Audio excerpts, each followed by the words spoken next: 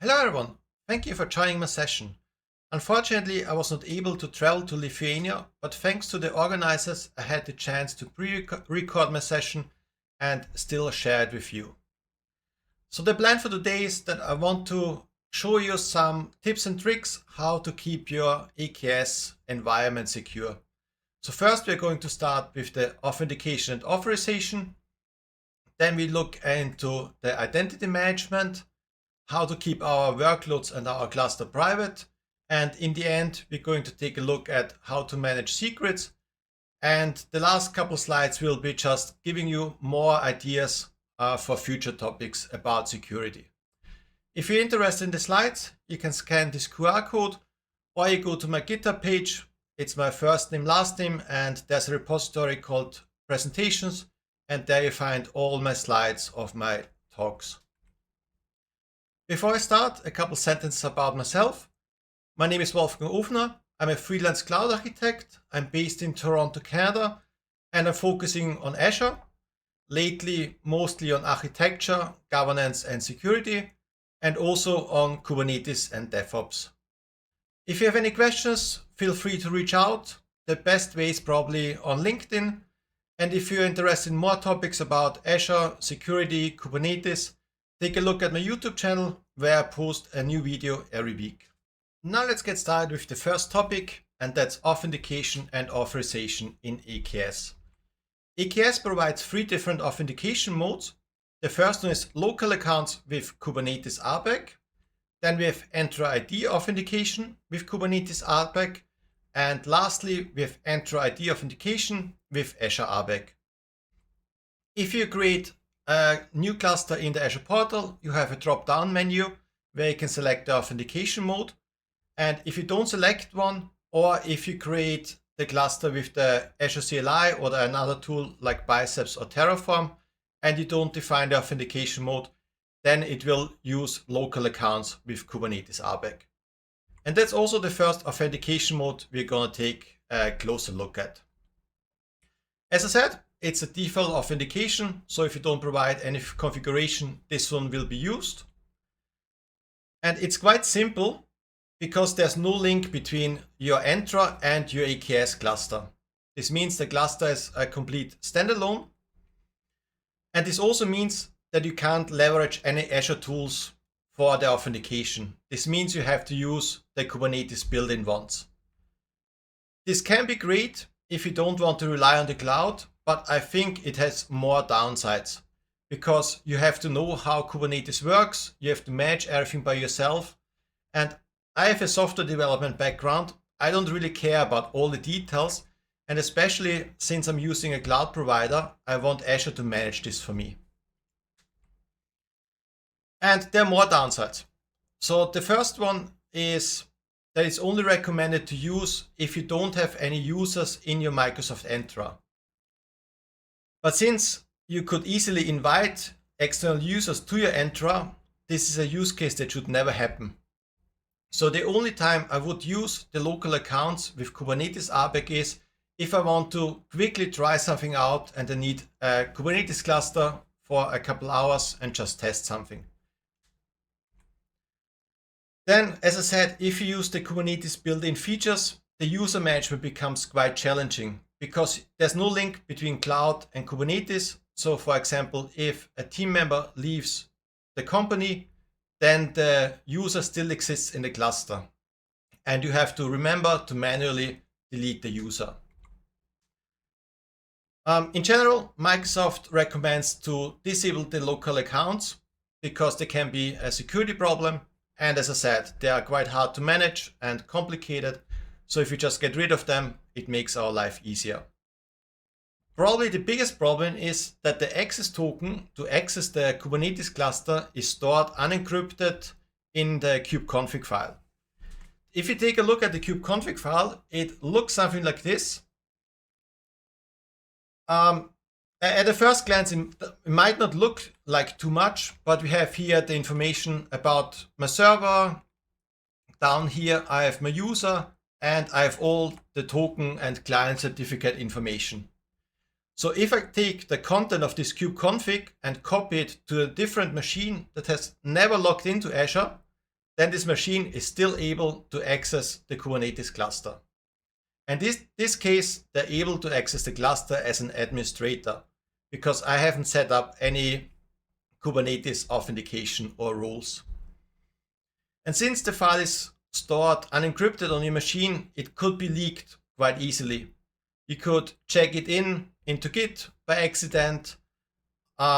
If you have a virus on your computer, if somebody just walks by and sees the content of the file. So there are many reasons why this is insecure.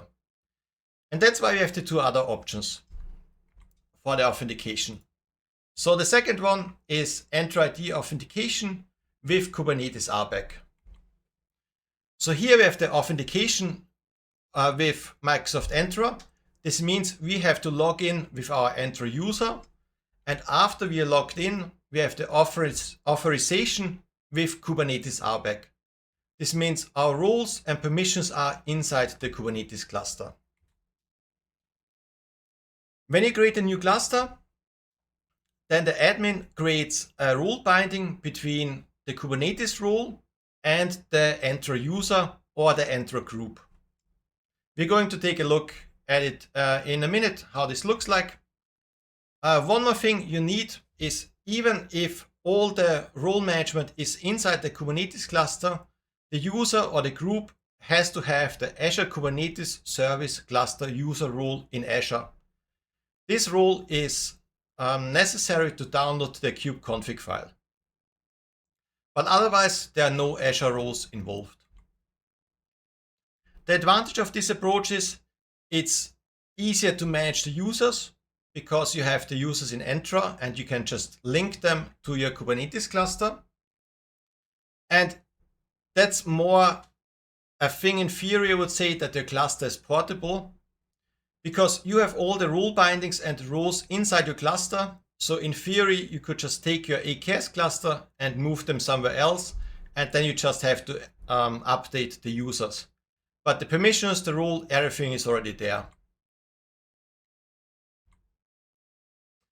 The downside of this approach is that the auditing of the access to the cluster can be quite complicated. And the reason is that the Entra users and groups are matched with IDs. So you don't see a name or anything who has access to the cluster. You only see the Entra ID, and then you have to go back to Entra and look up who this user or group is. And also you can configure the roles per namespace or per cluster, so they can be in many different places. And here we have an overview how one of the roles in Kubernetes looks like. So with the type of role, then we can define a namespace. In this case, we defined that this role exists in the namespace read. And in the rules, we have all the rules. This means what is this role allowed to do. So for example, we define here a couple resources like the pods and services. And then we define what verbs are allowed with these services. So in this case, the reader role is allowed to do a get, a list, and a watch on the pods and services, and so on. But as you can see, it's already quite complicated. You have to know how Kubernetes works, what verbs there are. If there's something not working, it's quite a hassle. Because now we have the role, and now we need also a role binding. This means we link a user or a group with this role. So this time we use the kind or type of role binding. Then here we say we want to bind a group to this role. Then we have the Entra ID of this group, the same namespace, and down here we provide the role we have defined before. And if a user of this group logs in now and tries to execute something, then this role decides if the user is allowed to perform this action or not. So here in the screenshot, we see that the user logged in, did a kubectl get all in the read namespace. And first, the user sees all the pods running. That's down here, because the pods are allowed with the verb of get, but we also get a couple error messages down here. We get a forbidden error message on the replication controllers because this was not defined in the rule. And the same here with the horizontal pod autoscaler. This was also not allowed. So as we can see, we can define what the user is allowed to do, but it can be quite complicated. And this leads to the third method we have, and that's the Entra ID authentication with Azure RBAC. Here we manage everything in Azure. This means we can manage who is allowed to log in into the cluster and what permissions do they have. So this could be a reader role, an admin role, or something in between. I just said this, that with the Azure RBAC we manage the permissions, and that's the recommended way to do, because everything is done in Azure. If a team member leaves the company, then I just delete this member of the in the Entra, and then the access is automatically revoked from the AKS cluster as well. Here again, all the users and groups who want to access the cluster need the Azure Kubernetes Service Cluster rule to download the kubeconfig, and additionally you have to assign either the built-in roles or you can also create custom roles. The built-in roles are usually more general roles like a reader, an administrator, a contributor, and with the custom roles you can define exactly what a user is allowed to do. In the Azure portal, you can assign these permissions for the entire cluster, but you can also assign the permissions for a namespace. For example, if you have your application in one namespace and some management or secrets in the other namespace, then you can assign the access for your developers to the application namespace, but don't give them access to the secrets namespace. And assigning permissions on a namespace level is only possible with the Azure CLI. So keep this in mind. Okay, now we have the authentication done. This means our users can log in. Next, we want to check how our applications can log in or access other Azure services. First, before we talk about our AKS cluster, let's talk about Azure in general, how it works. So in Azure, we have the concept of managed identities. And these managed identities allow us to assign an identity to a service, and then we can give this identity permissions to access other services. For example, a database or a storage account. And the big advantage of this approach is that we don't have to manage a username and a password, because the identity is assigned to this one service. So we don't have to store passwords, we don't have to rotate them, they can't be leaked. So overall, it's a way better solution to use identities. I think by now, every Azure service can have managed identities assigned. And you can also assign an identity to your AKS cluster. The problem is that you assign the identity to the entire cluster and not to your pod or your application. Usually this doesn't make sense because you have many applications inside your cluster running, and each application should have different permissions and needs to access different Azure resources. And this is where Entra Workload Identity comes in. With Entra Workload ID, we can give a pod an identity. This means that the pods of an application can access other Azure resources with this identity.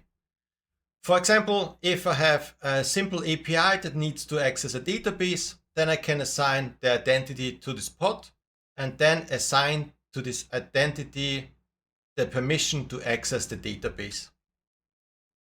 With this approach, I don't have to manage any passwords. My application uses this identity. This means all the other applications don't have access to the database. To use Entra Workload Identity, you have to provide the label azure.workload.identity/use and set it to true. And you also have to enable the OIDC, the OpenID Connect issuer, on your Kubernetes cluster. You can do this either when you create a new cluster or you can update your existing cluster. And how this whole concept of the identity works is that you give a service token to a pod, and this pod then uses this token when it needs to access an Azure service. So we have here our token, then we want to access, let's say, our database. Then we send this token to Entra ID. Entra ID checks this token. It uses the OpenID discovery document. And if this token is valid, then we get an access token from Entra back. And this access token is stored in our application. So the workload identity takes care of all of this. I, as a developer, don't have to do anything. And now if I want to access my database, I just send in the last step here, this Entra access token to the database. The database checks the permissions. And if I have the permission, I can access the database. Great. So now we have the authentication for the users and also for the applications. Next, we want to take care who can even access or try to access our cluster. By default, the Kubernetes cluster is available or accessible from the internet, and it's way more secure to keep it off the internet. And this is called a private AKS cluster. So before we talk about this, let's take a quick look about the components of a cluster. So on the left side, we have here in green, the master node. And on the right side here in yellow, we have our worker nodes that are running our application pods. And the most important component of all of this is probably the API, because the API controls everything that's running and going on in the cluster. And if we talk about a private cluster, then this means we want to remove the public access to this API. What's also important, a private cluster only means that this API is not publicly available. This doesn't mean that our pods that are running don't have internet access or anything. Nothing changes for them. So again, because I had this discussion with a couple teams in the past, a private AKS cluster is only disabling the public access to the API. In the next slide, I'm going to show you how you can still access it, but for now, the internet access is removed. This also has the advantage that all the communication between the worker and the master nodes are over a private Microsoft connection. This means that the communication might be faster, and if not, it's at least always private. Now we made our API private. This means it's not available from the internet, but sometimes I, as a developer, have to access the cluster and check what's going on. And therefore, we have different options how to do this. The first option would be to use Azure Bastion and a jump box. Azure Bastion is a jump host, and this allows us to connect to other Azure services, for example, virtual machines or a private connection. And the jump box is usually a simple VM. The whole setup looks like this. It looks quite complicated, but a lot of this is already done by Microsoft. So on the right side, we have here our Kubernetes cluster. And if we set the API to private, then it also creates a private endpoint and a private DNS zone automatically for us. And all we have to do now is to create our Azure Bastion instance and a new VM. And then we have to check how we want to access the private endpoint. This could be over virtual network peering, or it could also be in the same VNet as the AKS cluster.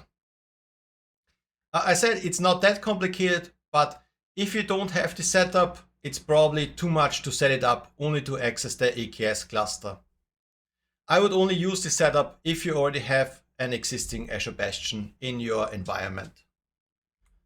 So another option would be to wrap the command you want to execute with the AC AKS command invoke command. And this looks like this. So we use AC AKS command invoke. Then we provide the resource group of our AKS cluster, the name of our AKS cluster, and down here we provide the name we want to execute. In this case, a kubectl get pod nginx in the private namespace. And this command sends it to Azure, and then Azure sends it over a private connection to our AKS cluster. And therefore, I'm able to access the AKS cluster even though the API is not accessible from the internet. The third option we have is to use a VPN connection or an express route connection. That's both private connections to our Azure environment. But again, if we don't have this, it might be too much to set it up just to access the cluster. But if you already have it, just use it and make your life easier. In the last step, we made our AKS cluster private. This means it's not available from the internet. So as a next step, we should also make our container registry private to have the entire environment private. Many teams that develop enterprise applications already use the Azure Container Registry because it is by default a private registry. And now you have to manage how we can access it over a private connection. This means instead of going over the internet, our AKS cluster should download it over a private connection within the Microsoft network. So by default, if we create a new container registry, it's available over the internet. This means I as a developer, but also any attacker can try to access it over the internet. And if you have an AKS cluster, even though both runs in Azure, the AKS cluster still pulls the image over the internet. So it's also a public connection, not a private one. And what we want to do is we want to disable the internet connection and at the same time enable a private connection. And we do this by creating a private endpoint. Then we attach this endpoint to a VNet, and then we can pull the image from the container registry over this private endpoint. The great thing about this approach is that I as a developer don't have to change anything, because if I pull the container from a private container registry, I still use the public full qualified domain name or the URL if you want to simplify it. And the reason why this works is that when I create a private endpoint, it also creates a private DNS zone, and this DNS zone overrides the public DNS. This means if I pull from the public URL of my container registry, it overrides it and redirects it to the private endpoint. One downside of this approach is that since you remove the access from the internet, this also means that often your build agent doesn't have access to it. For example, if you use Azure DevOps and a Microsoft hosted agent, they are running on the internet and now they don't have access to your container registry anymore. So a great solution for this would be to use Managed DevOps Pools. That's a service from Microsoft that's quite new, but it allows you to create an agent inside a VNet and then run this agent, and you only pay for the time your pipeline runs. So it's a cost-effective and very simple solution to get around this access problem. The last topic I want to look at today is how we can manage our secrets in Azure. So far we have the access, we can log in, our applications can log in, we have a private connection, and now we want to make sure that everything inside the cluster is secure. So secrets, this can be normal secrets, for example, a connection string to a database, but this can also be keys or certificates. And if you don't have any tools, then you would just attach this, let's say, secrets to a pod. This means the developer has to manage the secrets, attach them. You have to have a process to do all of this. Then if you update it in your key vault, it also has to be updated in the Kubernetes cluster. And it's quite complicated and cumbersome for the developers. And it's also not the safest solution. And therefore, we can use the Azure Key Vault provider. The advantage of this is it attaches the secrets and the keys and certificates automatically to the pod. This means once I have configured it, I don't have to do anything. And it also auto-rotates the secrets. This means if I update it in the key vault, it's automatically synchronized with the secrets in my Kubernetes cluster. And it can also create secrets in my Kubernetes cluster. This means I can either attach them as a volume to the pod, I can attach them as an environment variable, which is not the most secure way, or we can also create secrets in Kubernetes. This is probably the best options or solution because I can restrict the access to the secrets. As I said before, I can give permissions for everything. So I can say my developers have access to the deployments and the replica sets, but not to the secrets. Then with this extension, I create the secrets in the Kubernetes cluster and the developers don't have access. Therefore, my secrets are secure. This also leads to separation of concerns because the developers don't have to care where the secrets are coming from. They only have to know that the secrets will be there when the application is running. And on the next screenshot, we can see exactly how this works. So all of this starts here with the Kubernetes control plane. There, the API server decides I want to start a new pod and then tells the kubelet that's running on the worker nodes where to start the pod. The kubelet starts the whole process. And one part of this is the secrets store CSI driver. And this CSI driver creates a volume in the pod. And in the beginning, it's empty. But after it has created this volume, it goes to the secrets store CSI provider. That's over here. And this CSI provider should fetch the secrets. Kubernetes doesn't care where the secrets are coming from. The secret store provider takes care of this. And in our case, we use the Azure Key Vault provider. This means we download here the secrets from the Key Vault. This happens over a gRCP connection. And once we have all the secrets, we return them to the CSI driver. And then they are written either into a volume, into a Kubernetes secret, or being attached as an environment variable. That's up to you how you configure it. But I, as a developer, I just have my application and I know the secrets will be there. So a Kubernetes administrator can take care of all of this. This is everything I wanted to tell you about the security features we have in AKS. But with Kubernetes, there are so many more features and we could probably talk a whole week about all the security topics and everything that's involved in keeping our applications and clusters secure. And so I just made a quick collection so you have an idea of what's still out there. And if you're interested, you can look it up yourself. The first recommendation is to use Azure Linux as the operating system for your worker and your master nodes. It still sounds weird to say Azure Linux or Microsoft and Linux, but that's the reality nowadays. Azure Linux is a Linux distribution that's built from the ground up from Microsoft. This means it's not derived by any other distribution like Ubuntu or so, and it's purpose-built for Azure services. This means it's only using the packages that it needs to run Azure services. These are, for example, the Defender for Cloud or Xbox.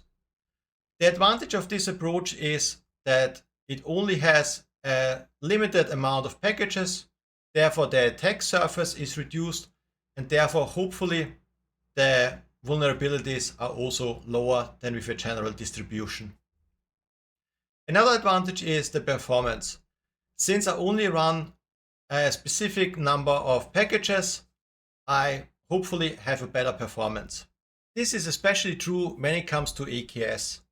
Every time there's a new version of Azure Linux, it is tested with AKS, and if there's any performance regression, the update is not going to be released.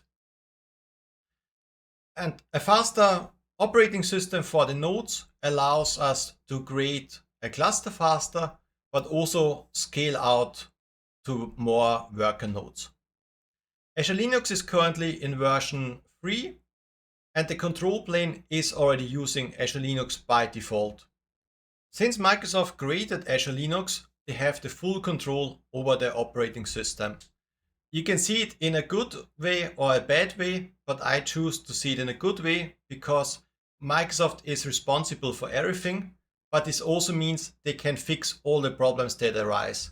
If there are inequality problems or performance problems, they have the teams within the company to fix it. The next security recommendation came in the last couple of weeks from a junior developer actually. This junior developer asked me how to access the worker nodes via SSH to install some software on them. And this made all the alarm bells ring.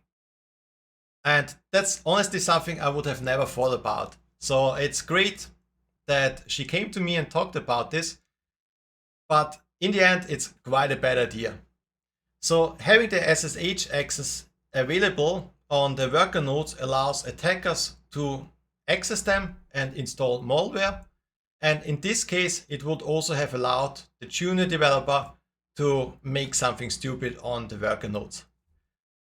In the end, it was a great lesson for both of us. And I hope she learned something and she learned how Azure and AKS works. And I learned to disable the SSH access on the worker nodes. The next recommendation, I think I mentioned this before, is to disable the local accounts in the AKS cluster.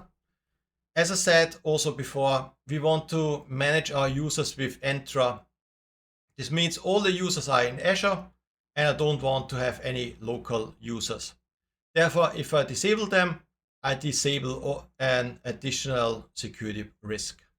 Another recommendation, especially if you have multiple clusters in your environment, is to install the Azure Policy add-on. This allows you to define Azure policies and then they get applied automatically to all your AKS clusters. With these Azure policies, you can define policies such as you have to run images from verified sources, you have to set resource limits on your pods, or you are not allowed to run them as a root user. Therefore, this helps immensely to manage all your clusters at the enterprise scale. Another feature also over the whole environment is to use the Microsoft Defender for Containers. So you have to enable the Defender for Containers for each subscription you want to use it. But once you have it enabled, it scans your Azure Container Registry and helps you to keep your images secure. I think the scan runs once a day and also when you upload a new image, and it shows you what vulnerabilities you have in your image, what version of the software would fix this vulnerability, and it also gives you an explanation what it is and what the problem could be with this. So for me, it's a great way to see what's going on, how secure my images are, but it also teaches you something, how to fix vulnerabilities, but it also gives you an insight of what attackers can do to gain access to your application or to your cluster.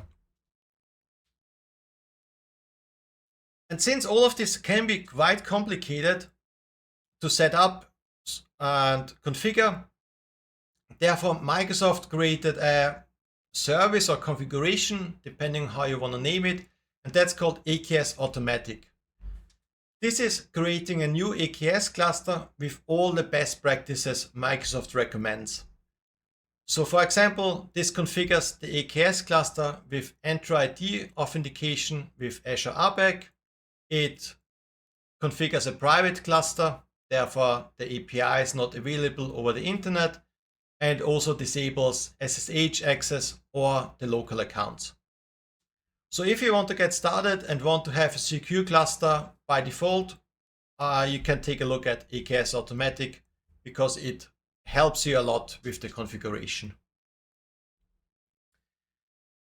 Then I have a couple more topics They are now going more into the Kubernetes and Linux direction.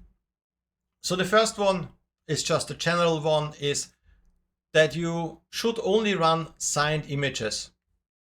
For example, if I develop my own software, then I can sign the image, upload it to the container registry, and the Kubernetes cluster would only pull this image if it's signed. If the image is not signed, for example, if an attacker managed to upload their own image, then the AKS cluster wouldn't download and run the image. If you want to go a step further, you can also validate the image integrity. It can get quite complicated if you want to set up all of this, but if you say, I need to have the most secure cluster, then this is something you should look into. Then a general recommendation that's always useful when it comes to security, that you want to limit the privileges. In this case, or the AKS case, the privileges of our pods. This means if a pod doesn't need to write files, then they shouldn't have the permission to write files. For example, if an attacker gains access to our pod, then they are very limited in what they can do. That's also with the security context. With the security context, I can limit what my pod is allowed to do. For example, I can run my pod as a non-root user. This means if an attacker gains access to my pod, then they can't access it, and therefore they're again quite limited in what they can do. Next up, if I want to go even further, I can also reduce the capabilities my pod has. This is going now right into the Linux direction. So as a normal developer, that's usually nothing we do, but I think it's important that you have heard it, and if you're interested, you can take a look at it. With the pod capabilities, I can restrict, for example, if my pod is allowed to change the ownership of files, write files, or even access the system time. The recommendation is to remove all the capabilities and only add the ones your pod actually needs. That's going back again to the principle of least privilege, which we should use everywhere when it comes to security. The last security topic I have for today is the SecComp, or secure computing, and with this we are going on a deep dive into Linux. So this is something a developer usually doesn't do. This goes more into the Kubernetes administrator or Linux specialists. And what the secure computing does, it configures the access our pod has to the Linux kernel and what system calls it is allowed to make. Again, you can configure everything. For example, the pod is not allowed to make any system calls or only specific ones. Or you can say my pod is allowed to do everything. As always, limit the access as far as possible, but also keep in mind this is quite a far advanced topic, which you usually don't encounter if you have normal security requirements in your AKS cluster. This brings us to the end of the session. Unfortunately, I'm not at the conference to take your questions. But if you have any, feel free to reach out, especially on LinkedIn. I'm happy to chat and talk about AKS, security, or everything in Azure. If you're interested in the slides, you can scan the QR code, and I hopefully see you next year at the conference in person.